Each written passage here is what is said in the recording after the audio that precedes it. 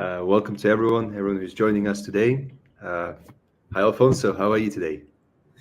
Hi so much, and thanks everyone for joining us today. We really look forward to speaking to you on this meeting and seeing if we can all learn something new. Fantastic. Yeah, I think so too. So, guys, allows us to introduce ourselves. Today, we're going to be talking about history of startups, why some companies become, some companies unfortunately fail. So, corporations, and then I've had moved from that to entrepreneurial domain. I've set, for example, one company which was operating as a bench for companies to launch on European marketplaces, right? And with me today, I have my colleague Alfonso. Alfonso, please introduce yourself too. Hi everyone. So my name's Alfonso. I'm from Spain. I have a bit of a background in consulting, also in entrepreneurship. I founded you'll see, and hopefully we can have a very insightful conversation, all of us. So is quite an interesting one. Okay, so we're going to talk about startups, right? Something that definitely has been once I'm going to introduce you to the history of startups, a very brief history of startups throughout the ages. We're going to go into the stage of answering questions. And also during my presentation, Alfonso is going to kindly interrupt me and ask some questions. So please, guys, do go ahead and write some questions in YouTube, right? And other places if you can. And we'll make sure to answer them all. Meaningful conversation here today. So first things first, what is a startup? All the time, but most people don't actually know the difference between a startup and a business, right? A startup does not equal a new business. A startup business, which is intended to grow a business that has the ability to become a major organization, right? But at that point in time, it's still in its early development, right? So it could be a garage, a company which is about to launch their product and so forth, right? Now, startups have some key elements that make them very easy to distinguish from other companies. Exponential rate, kind of like the way that if you go down a slope, at first normal and then it just drops, right? That's the kind of the exponential growth we're talking about with a startup. It usually happens because of innovation. It could be a completely new technology, or it could be a new and novel way of approaching existing industry. We will in today's session. Startups usually entail adaptability, right? They change to the market conditions. They see market niches, new market adaptation, what's going to happen, or they anticipate what's going to happen, and they capitalize on that, right? So very good. Let me stop you on that, Igor. Just to ask you, just to confirm. So you're saying that a startup business or a startup is a business that is designed, or an idea that is designed to grow very rapidly. Is that right? Precisely. Yeah. So have a great niche, right? In today's day and age, we have different terminologies now. Companies use different metrics to define whether they're scale up or startup. It could be the amount of revenue they have, right? So if a company has a revenue of upward of $1 million, they might determine themselves to be a scale up now. Or very often it's defined by the amount of employees. So anything employees in a company usually is defined as a scale up, right, instead of a startup. But it's also defined by time, right? If there is a company which is intended for rapid growth itself and is profitable, but it's not really growing as much anymore. It's kind of just operating in the same level, and it becomes a startup again in a way by selling off some of the parts of the company or by just launching into a new venture.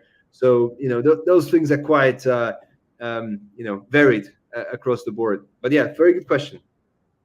Very interesting. So it can also be a cycle, a company, and it can also develop into certain different entities and different structures.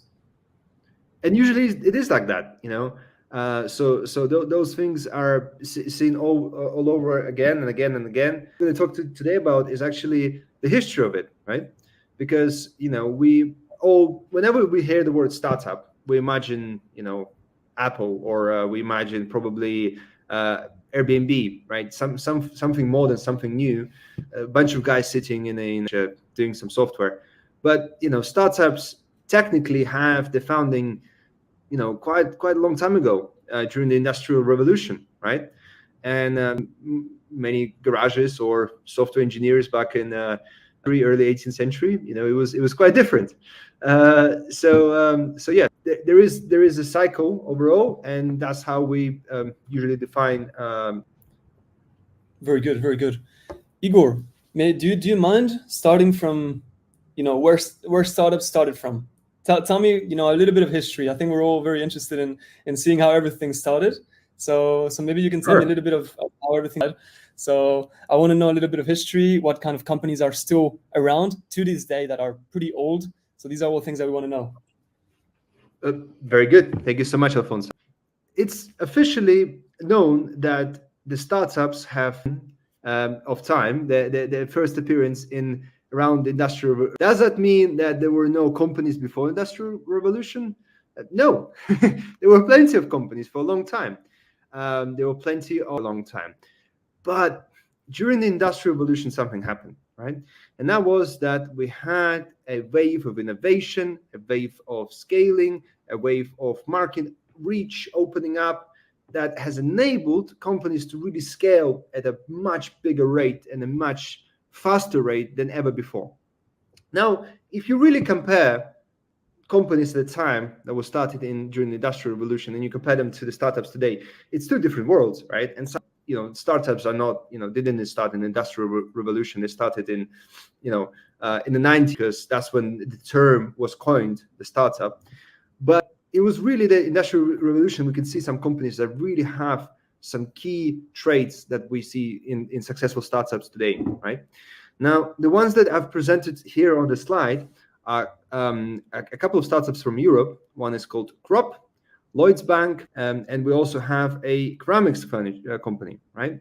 Now, all those three startups, on one side, they all seem very different, right? One is a German manufacturer of steel and equipment. Another one is a bank, and the third one is producing some ceramics plates and things, right? They all seem in common. They all started from small, right? Crop was just a one warehouse where it all started. Wedgwood was literally started in one location as well, and so was Lloyds Bank. They all started small and humble, right? They all had a strategy to grow rapidly and considerably faster than all the peers at the time. Of course, day and age, you would say that it wasn't so fast. Still developing through the decades, but for the time, it was really, really quick, right? And it was, in a way, the strategies they adapted, So, for example, Lloyds Bank had pioneered the branches, right? So they opened up branches throughout the United Kingdom, enable them to basically tap into the new markets and to really scale in the new markets that the other banks were not using. It was the fact that Lloyds novel, financial technology and actually which were the other banks were not using, and it was able to attract new kind of customers. Hedgewood was actually using a lot of some manufacturing actually abilities, right? They were using mass production, right? They had a ability to sell products in a very unique way, right? They had door-to-door salesmen, which thing, but at the time it was very much revolutionary. And it's quite crazy to even 15th century we already had that. Whilst Crop, it was very out again with very new ideas on manufacturing that they could produce. They were using mass production as well, and they were able to customers through new and novel methods too, right? It's pretty interesting, isn't it, Alfonso? Yes, and maybe you can quickly introduce what the Industrial Revolution did. But what it was really is it was a boom of innovation. So how do you think how important is innovation even back in the Industrial Revolution to build profitable innovations that we have there? Because we see Lloyd's Bank, we see Crop. Can you of those innovations that happened back in the day? Yeah, of course. Certainly. Yeah, certainly. So the Industrial Revolution is something that really has changed the way that the world was, operating at the time. It basically brought in mass production. It brought in production using a conveyor, which meant that different parts of the produced. So the whole product was not produced by a one professional using multiple professionals who were building individual parts of the actual production. Very innovative at the time, and it allowed us to actually grow substantially. At the time, we saw that there was urbanization happening in major cities around the world. We saw that a lot of people were moving away from basically agricultural background into cities, into producing, into steaming industry and so forth, right? And when that was happening, it wasn't just the steam engine companies or the companies that were producing certain type of product, increasing in size. It was actually all the companies around them as well. There was a growing middle class for the first time in history, and that there was a lot of companies that were flourishing from that.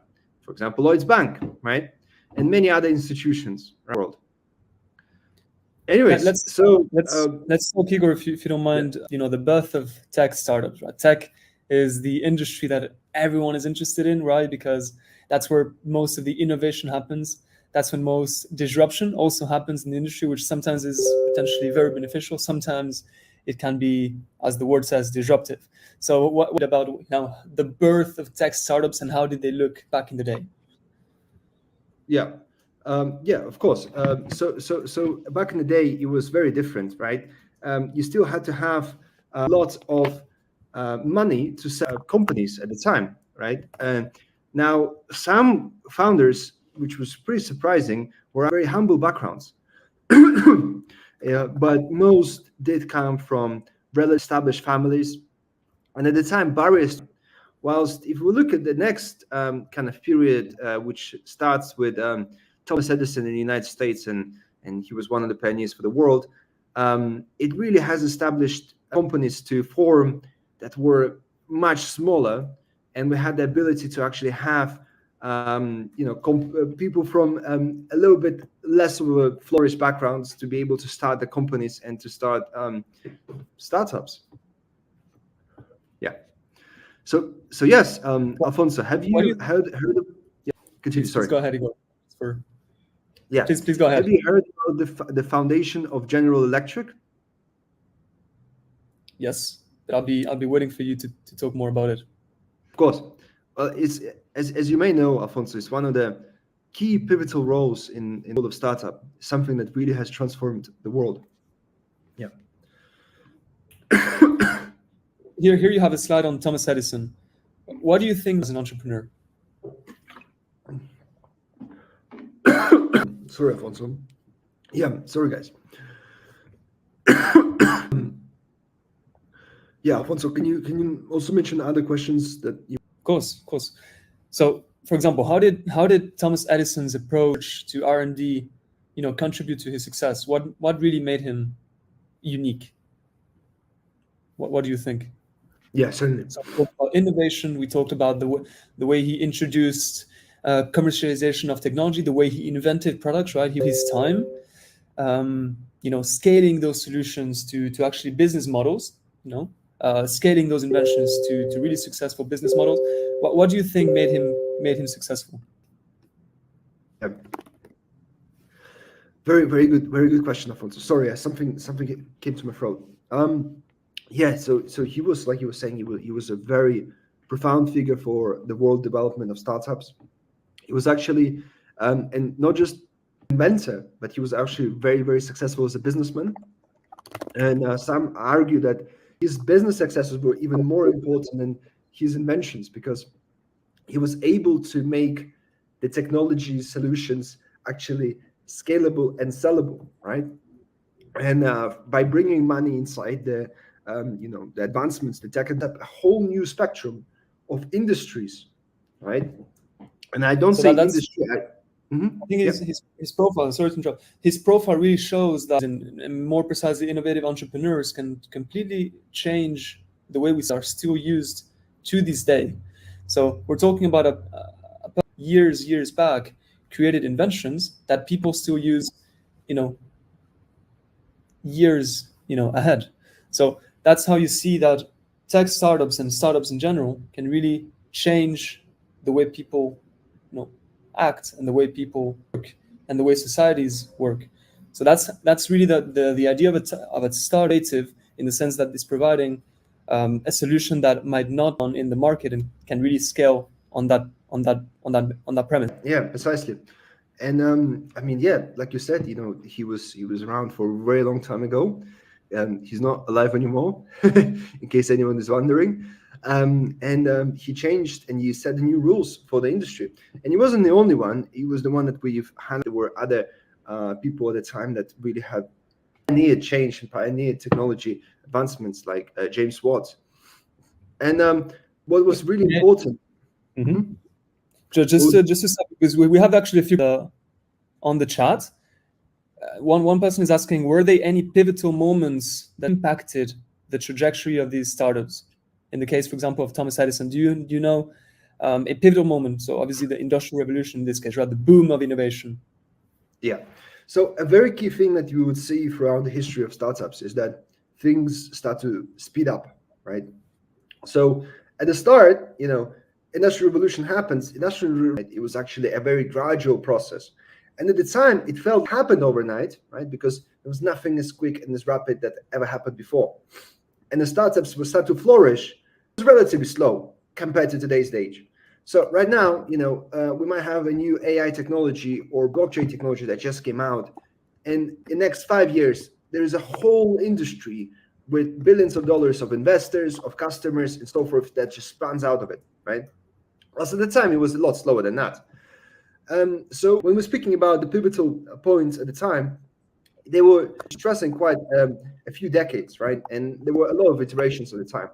So industrial revolution that really has altered the way that the start, right? There was many others, right? There was, for example, the usage of electricity, the invention of light bulbs, right, by Thomas Edison. Very successful U.S. Tech startup company, right, which grew into one of the largest, and actually at the time, the largest organization in the world. And it really has changed the way that the industry worked. So that was a very pivotal. We're going to talk about the early 20th century and establishment of assembly line in many industries like automotive industry. We're going to talk about the appearance of semiconductors. We're going to talk about their appearance of first personalized computers, right? Which happened in the 80s. All those points in time and history changed entirely the industry, and a lot of companies which were on top of the industry by absolutely unknown companies that became epic companies that were previously startups. Very, very good answer and very good question as well. Someone else is asking, just give me a second, have the characteristics, and you talked about startups, remained the same throughout the years? Very good question. A lot of things are changing. The primary characteristics are the same, right? So they're all innovative. They all have a lot of market adaptability, but there are a few things that change, right? So, for example, one of the main things that change throughout the history is that they become less capital intensive, right? In age, for you to really do a startup, you don't need very much, right? You can do it even remotely in many jurisdictions without even leaving your room. You can basically do everything from a computer, right? In a space of 10 minutes in your apartment, sitting on your bed. Whilst, at the time when, the Thomas Edison or even before him, Startups are really one of the key changes and key differences that we will have to see between the new ones and the old ones. Thank you, Igor. Let's move to the 20th century and the 20th century boom.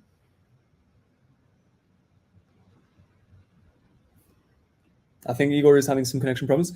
Oh, sorry about that. Yeah, the 20th century was very interesting since it became the rate of growth and the rate of establishment of new companies skyrocketed, right? We saw a surge in new companies appearing, such as IBM, had something in common, right? They used production lines. They used the new technology innovations that came out during the course of that, the start of the boom, which included airplane, radio, automotive, and so forth. There was major changes happening around. Very good. We have some questions from previous. So please go ahead. Why startups have become so popular? What is it? What makes them successful? What makes a startup successful? Very good question. And I wish I could answer that question easily and quickly with one point. Why is startup so interesting? Well, because people love the idea of a small taking on the big and winning, and that's what usually happens. Not usually, but that sometimes happens with startups. A company that nobody heard around comes up with something very innovative and is able to challenge the big guys. And it happened over and of course, what is also known about startups is that most startups fail. Most startups don't actually end up being major companies and don't even survive a year after their formation. Now, as well, has it become more popular today? Well, it's one of the things that we spoke about earlier. Barriers to entry have really been reduced. So previously, before, like we were saying, the barriers to entry were quite vast. So people didn't really, speak about it because they never knew anyone who was. Nowadays, I'm sure that everyone can think of a person they know, maybe not in the immediate circle, but in a circle which is slightly above the immediate, that have people that actually are startups, and that really helps to assimilate the information about startups. Yeah. So much. Let's now discuss one topic that I think is interesting in everyone's minds, which is the rise of Silicon Valley. So Silicon Valley is known as the source of innovation, right? Everywhere. When you talk about the big tech companies out there, the big American corporates, what do you think of Silicon Valley?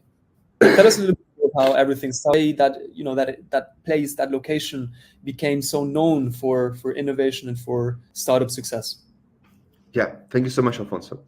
Right, so the Silicon Valley has obviously been aspect of the startup growth in today's world, right?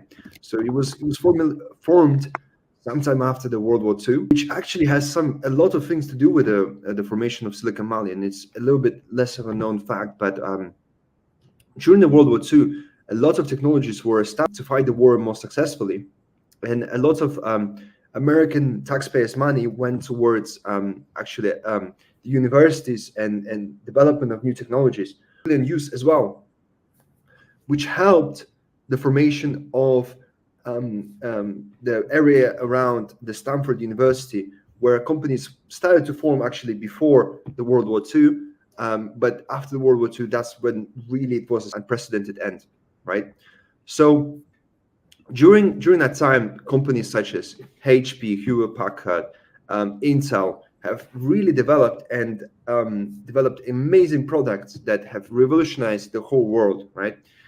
Now, as well was integrated circuit, which was a huge thing that really helped startups towards tech industry much more. Okay. How do you think a culture of business, first of all, allows for the generation of new concepts and also for the success of those companies? Because one would think actually that Silicon Valley brings competition, and competition is pretty much hinders business success. You explain that actually the opposite happens, or the opposite is the case in Silicon Valley's example. Yeah, thank you for that. Well, so competition aspect of it, right? And the fact that there were so many companies in one area has created this very great networking effect, where a lot of companies were able to build on top of each other technology. And of course, you have to think back to that time, right, where we didn't have the Zooms, the Google Meets, and the YouTubes, where we can share technology so easily. At the time, it was much more difficult, right? So we had to have companies actually sitting next to each other for them to really share the information and share the most advanced technology at the time. So that was very, very important aspect of it, right? And that has really helped propel the Silicon Valley into the next stage, which was the rise of personal computers, right? So at the time, companies such as Apple and Microsoft started to span out, right? So we saw that people started to use computers for their own personal use. There was small businesses that were able to afford a computer. Previously, it was something that only government bodies or huge to use and afford. And it has really risen numerous other industries around it, right? The hobbies, the different video games. Also, it has enabled the early stage for what next, which was the internet. Igor, can I just pause for a second and cover some of the questions that we received from the audience? Yes, please. One question that I found very, very, very funny, but hey, who knows what can happen in the future? Do you think that due to the high demand for startups, a ministry for the opening of startups may appear in the future? Maybe they wanted to joke a little bit with this question, but actually I'm curious to what you think about this. It would be interesting to hear about it. There is a lot of talk today about managing the rate of growth and making sure that the growth that we have is very sustainable, especially with the development of artificial intelligence. There is a lot of talk about the fact that it can be taken out of control, unfortunately. And so for that reason, there is a lot of talk about having actually to establish a government body that would regulate specifically the artificial intelligence, operate within the parameters of industries which are already established. So those industries, they already have kind of a government body that controls them, right? Now, to control the general just startup industries as a whole, so control all, kind of have a government body to kind of oversee all the small companies that's starting out, well, that would be quite difficult to do, because startups are very varied in today's world, right? We have startups in chemistry, startups in biology, startups in IT, startups in cosmetics, and startups in virtually every single industry there is. So if we were to set up a startup ministry, it would basically be a company ministry, right? It would entice every single type of a business, including non-profit organizations too. Thanks. Maybe we can briefly respond to this because we're running a little bit out of time. The question is, Silicon Valley is like a cluster. Do you think all of the startups should be accumulated, as in the case of Silicon Valley? Maybe you can give one benefit and one disadvantage of having this setup. That's a very good question. And the fact is that what we see today is that a lot of companies are moving away from Silicon Valley, right? Like we were saying earlier, the Silicon Valley made a lot of sense. That there wasn't so much communication technology available. So for companies to really share the technology, the secrets, the know-hows, they really had to be in the same place, right? In today's day and age, most companies are not even, located in the same place. Most startups out there, a bunch of guys connected through Zoom or Google Meets, texting on WhatsApp or whichever Slack channel they choose to use, right? So they don't have to be in the same place physically. So that's why the Silicon Valley is actually kind of, they say, not dying out, but fading away in digital now, right? So there is a lot of companies that are not really based in Silicon Valley, but they present themselves to be part of Silicon Valley because they're part or other combinators within the area, or they do some projects within Stanford University and so forth. I think this is a perfect transition to our next topic, which is the internet, which really allowed these remote companies, global companies, to scale across regions, across locations. Why? Because so the internet was some anticipate, and they really didn't even realize how big it was going to be, right? And when it did find out how big it is, there was a major bubble that was just blown up, and then it bursted in early 2000s, right? The reason is because, I mean, even if you read the most, you know, incredible science fiction of the earliest 20th century, nobody spoke about the ability of people to communicate with each other across the world. It was something unimaginary at the time, and yet it came out. And there was a lot of Web 1.0. Web 1.1 was a time when a lot of companies were set up that allowed people to do a lot of things like purchasing online and so forth. Right, Alfonso? Yes, of course, have access to all sorts of products, services, and access to information. The ready access to information was something that the internet was really disruptive about. I mean, now you could be in your home and you could learn doing in other places in the world, and you could do this in a very free and unmoderated way compared to how it used to be before. So these are some of the things that internet really allowed for people to from different sources, compare it and really build new. I'm going to be honest, like innovation and technology, and what that brings is, it brings a scaling or an expansion in the amount of businesses that can flourish, because once you provide the freedom and once you provide the capabilities that's when it starts to become a very flourishing period of time. So do you have any examples potentially of companies in the internet area to be very successful and failed for one or the other reason? Do you have maybe one or the other example? I think it's quite a relevant topic, so I was curious to see. Certainly. I mean, we see one example which was huge during the 90s, which was Yahoo. But then nowadays it's actually becoming a bit less of a major company, right, Alfonso? Mm-hmm.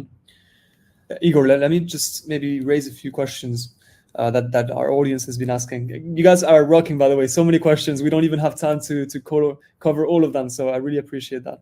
One question is why do investors sue technology industry? And why are agricultural businesses not considered for proposals? I suppose for and maybe I can respond to this very quickly. I suppose agricultural businesses also receive investment, but their investments potentially are not as valuable or as high as a potential tech company because of the IP that company or the innovation that a company can bring compared to the other. But agricultural companies also receive investment, right? Maybe Igor, you can quickly address this question. Certainly, yeah. There are a lot of companies that do take a lot of investment. Can you just repeat that question? Kind of just reiterate it again. Sorry, Alfonso. Yes. Why in essence, why does support tech companies in as opposed to other type of companies, for example, agricultural businesses? Yeah, well, the main thing is the key attribute of the actual companies, which is the scalability, right? When you invest into a tech company, you have a chance that it's going to grow and it's going to produce a output of 1 to 10, right? Or even more. Whilst if you invest into a normal business is successful, you're just going to get, maybe 2x of your investment, which isn't so much. Venture capital have formulated actually during this time of the 90s, which has resulted in a lot of companies doing this kind of Russian roulette, where they invest their money into many different companies in hopes that one is going to pay for all the other investors by just becoming a successful company. And if it does, they can make 1,000 wrong investments as long as they make one which really pays out for all of the other ones. Very good, very interesting question asked by Kinda Alien. I like that name, Kinda Alien. So do you think that throughout history, founders of startups had some common characteristics, for example, leadership? What makes a good leader of a good startup? That's a very good question, and it's interesting to read books about the early entrepreneurs of the 19th, 18th, and 20th century, and you definitely hear a lot of things which are common with the likes of Elon Musk and Bill Gates. They're all visionaries. They all were tough, and very innovative, and took the risks. But there is certain, and they're very individual. Not just between the ages, but in general. I mean, startup founders that became successful companies could be from very different walks of life, right? So it's an interesting topic, and I'm sure it's something that you can talk for hours about the different qualities of different people, right? Of course. Very last questions before we to the next topic. Asked by Madina. Madina, thank you so much. And actually, this is a $1 million question now that I read it. So it is very difficult to anticipate by huge events. She means the internet revolution. How can you predict these sort of catalysts or ones that make your business from just a normal startup to a revolutionary idea? How do you predict those events? Very good question. Thank you, Madina, for that. You have to be Elon Musk, or you have to be Steve Jobs, or whoever you are, the successful founder, to be able to predict it. And sometimes people have predicted, but they were just there too early, right? We're going to have a slide towards the end of this presentation, if we get time for it, which is going to show the losers of the different centuries, the companies that unfortunately didn't make it, right? The failed companies. And what you see there is that a few of them had great products, great ideas behind the products, I should say, wrong time, right? They just came too early, and because the market wasn't ready for them, or they came too late, they failed, right?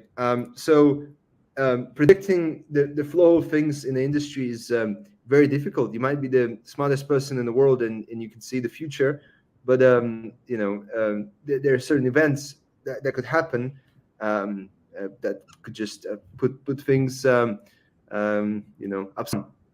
right? Great. Let's talk about Web 2. Yeah, Web 2. Those are the companies that most of us know, right? Those are the companies that really were formed. Those are the startup companies that most of us know. Those are the companies that were formed after 2000s, and they were different to the Web 1. So Web 1 was basically companies that were more static, right? Whilst Web 2 were companies that more UX, UI to the static things that were happening on the websites before. The examples were companies that used a lot of user-generated content, such as Facebook, MySpace, and so forth.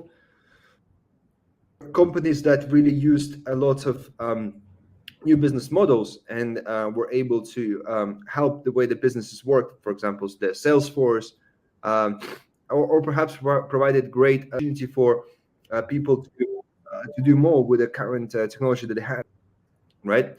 And there is thousands of other companies that use every day, right, Alfonso? Of course, that these Web 2 companies actually they became so successful because they supported other kind of companies. So their business and their ideas based on supporting existing services or existing business models. For example, in the likes of Salesforce. So basically, Web 2.0, yeah, you're correct. They built the technology on top of the technology that was existing in the industry before, right? And they really have created the experience of the previous businesses that were built, and they were building on top of that using their know-how and really driving the industry, the internet era to the new heights. So it was very exciting, and it really generated a lot of value to every industry out there. So the thing about Web.1 is that a lot of people said it was a fad, i.e. a lot of people thought that at the time that's all it can be, that internet is only going to be very static. It's just going to be basically a digital print of what's happening offline. Whilst Web.2 changed that entirely. and they actually made the real world more usable, more friendly, and in all walks of life, right? Be that the car hiring or sales process for Salesforce, or the way that you make friends or you interact with people, such as Facebook. Thank you so much, Igor. Very insightful, very insightful. One topic that I'm even more interested in, I suppose a lot of people here have heard about this before, Web3. What is Web to Web4, which is even further, right? What is Web3? Yeah, What kind of companies, can be related to this idea? yeah.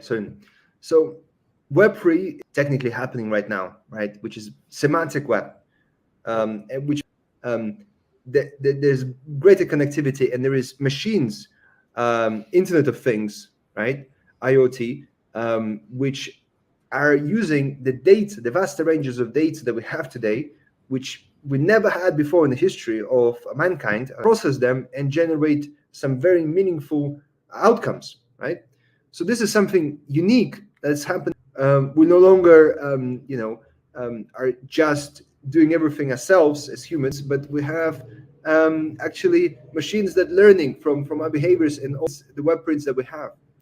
Now, Web.4 is a little bit of a speculation. It's something that we anticipate to happen more so in the future, right? Which drives from the idea that with the rise of AI and the rise of other aspects of internet and things surrounding it, that is going to become a little bit more smart, autonomous, and is going to produce its own, right?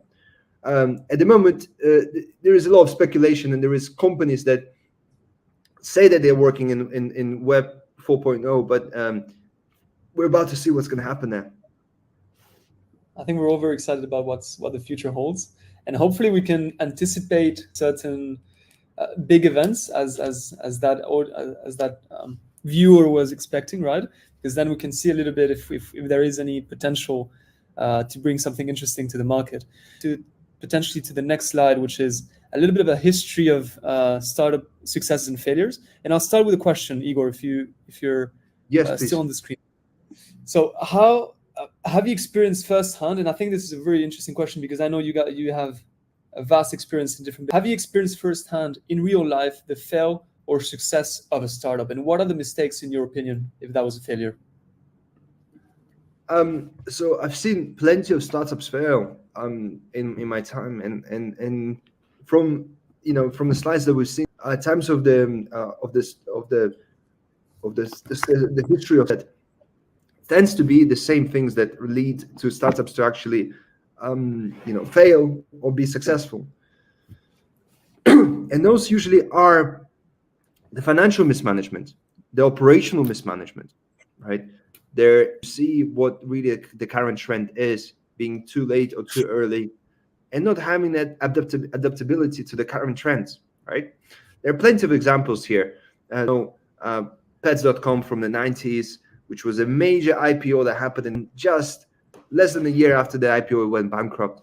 FTX, a very recent example of Web 3.0, a blockchain technology company that went insolvent and bankrupt because that was happening with fraud and, again, financial mismanagement, extensive risks.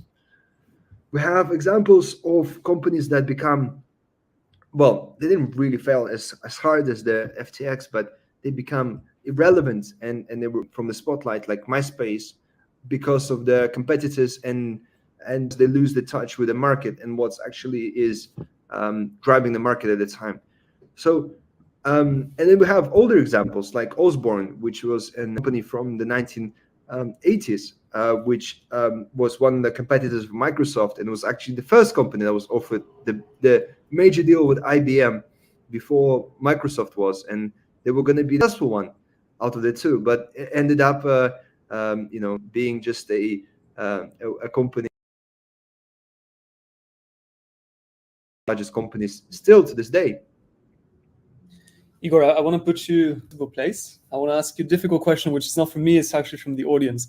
You mentioned that one of the reasons why companies fail is the mismanagement of the financial end of the business, right? So how do you develop the financial part of your business plan, and what were the main influencing factors? So a little bit of a practice, give your insights into how to build maybe a financial plan and the different things you consider when it comes to the finances of a business. Yeah. Well, first things first is that it depends on the kind of and the kind of industry you're in, right? You have to have a business plan in advance, and you have to understand what barriers to entry do you have to your industry and to your business. If you're developing a factory like the guys were during the industrial ages, obviously the finances are significantly more, significantly larger than the ones that you have to have today if you are finding a SaaS company, right? Now, the second thing is that you have to understand how much money do you need to complete the MVP. Are you able to bring on investors at all during the time, with you, which is the minimum valuable product? And you have to have everything calculated in advance before you really go ahead with, actually, investing your money into the project in a way. And a lot of companies fail to do that. And as we saw, even a billion-dollar company was still using QuickBooks, which is a SaaS company, to manage their expense, which is pretty obscene. But those companies don't succeed. And the companies that actually are small and start well tend to grow into really good companies in case they do follow those things correctly. Absolutely. And one person is asking in the audience to raise the case of Kodak, why Kodak failed. And just very simply said, actually Kodak failed to innovate their model, their concept, right? Analog cameras were decreasing in popularity, sales of analog cameras were decreasing whilst digital cameras started to come to market. That's when Kodak wasn't able to adapt to the new market conditions. So said very simply, that's what happened with Kodak. Now, we can wrap it up. How do you think these new high-tech or high technologies will be adopted by the market? Because he's saying here, he's acknowledging that there are no early adopters, but more laggards or skeptics. How do you think these will be adopted by the market? And that's a good question to wrap it up. Yeah. Well, to answer that question in a knowledgeable and precise way, we don't know. We don't know how is it going to be. There were a lot of companies at the start, and generally people had very high, disregard for them. The likes of Airbnb. People couldn't imagine possibly that strangers would, live in a place and would share their apartments with other strangers. I mean, how unsafe that is, right? But it became a huge company, and again, has led to people trying to cut costs and save on cost. The presidential elections, when Obama has and he was visiting some states where there were limited amount of hotels and come to his rallies, and they want Airbnb and other examples of such. And then there were sure that were gonna be huge WeWork, right? People were betting on WeWork quite heavily. Came bankrupt actually this month, which is very interesting. So to answer that question, we don't know. We'll see. You will be surprised. We will be surprised. Everyone's going to be surprised who's going to be the winner and who's going to be in the history books as a loser. Perfect. Thank you so much, Alfonso, for your time today. Thank you so much to everyone who joined us. And look forward to your questions afterwards, and we'll have another meeting this Thursday where Alfonso is going to take us through another case.